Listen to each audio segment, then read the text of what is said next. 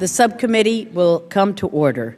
After recognizing myself and the ranking member, my good friend Ted Deutsch, for 5 minutes each for our opening statements, I will then recognize other members seeking recognition for 1 minute. We will hear from our witnesses then, and without objection, the prepared statements of our witnesses will be made a part of the record, and members may have 5 days to insert statements and questions for the record, subject to the length limitation in the rules. Before we begin with our opening statements, I would like to remind my colleagues that this hearing is meant to focus strictly on the humanitarian crisis in Syria. It is not meant to be a debate on the chemical weapons situation, the potential use of military force, or the Russian proposal. Our witnesses have joined us today to discuss their area of expertise and responsibility and will not be expected to discuss anything beyond that scope. And I thank everyone in advance for your cooperation. We're also very glad to have Mr. Smith joining our subcommittee today. He is the ranking member, he's the chairman of the Africa Global Health and Human Rights Subcommittee. Thank you, Mr. Smith, who's been a real leader on refugee issues. The chair now recognizes herself for 5 minutes. While much attention and great amounts of deliberation have been focused on the use of chemical weapons in the Syrian conflict and what the proper U.S. response may be, we must also continue to highlight the increasingly dire humanitarian crisis. Since this conflict began in March 2011, the numbers of those impacted have grown exponentially and are truly shocking and devastating. Nearly a full 1/3 of Syria's population is in dire need of humanitarian assistance and has been displaced by the conflict. By most estimates, there are now nearly 5 million Syrians, 5 million, who are now internally displaced persons. Unable or unwilling to flee Syria to find sanctuary elsewhere for whatever reason, these IDPs are extremely vulnerable. The vast majority of them are women and children and the elderly, who end up staying in unofficial shelters, unfinished buildings, and makeshift accommodations, making it extremely difficult to get them the basic necessities that they require.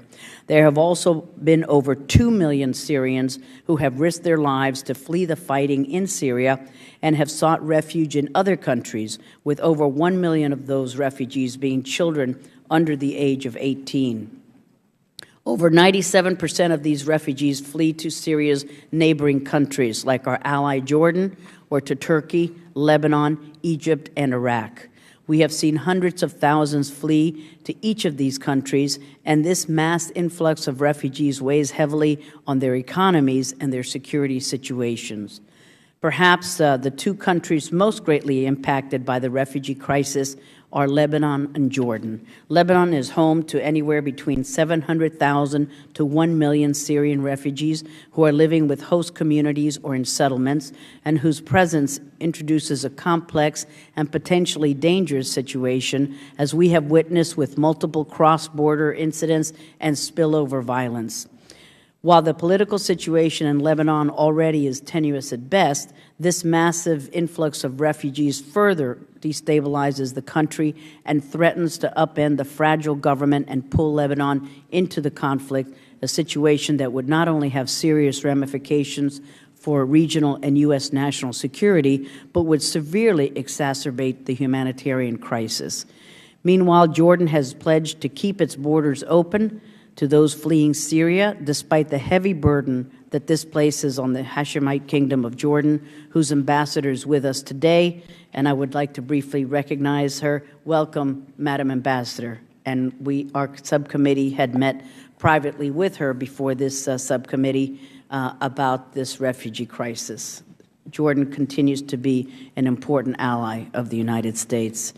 Official numbers place the number of refugees in Jordan at well over 500,000, but those numbers may be much higher, as we heard from the ambassador this morning, due to the large number of unregistered refugees. While some Syrians live in camp within Jordan, most live amongst host communities. In fact, one camp is home to over 120,000 refugees, which would be Jordan's fourth largest city.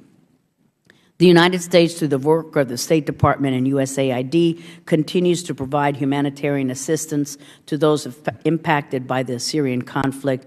We are the single largest contributor of humanitarian assistance for the Syrian people, providing aid to nearly 4 million people live in Syria with the assistance of the UN and local and international organizations and NGOs.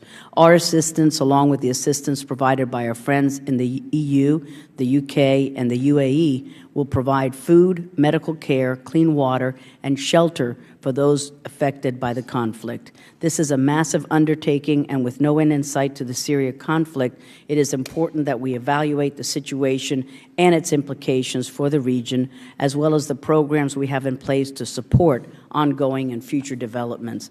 Half of these Syrians in need are children who need something or someone to turn to.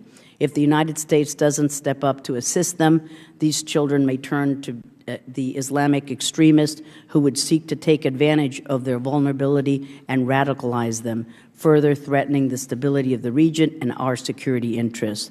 For the well-being of the millions impacted, for the stability and security of the region, and for our own national security interests, we must continue to seek ways to aid these millions who desperately need our help. With no end in sight to the conflict, these numbers will continue to add up, causing increased pressure on the region and directly threatening the U.S. and our allies. And with that, I turn to my good friend, the ranking member, Mr. Deutsch of Florida.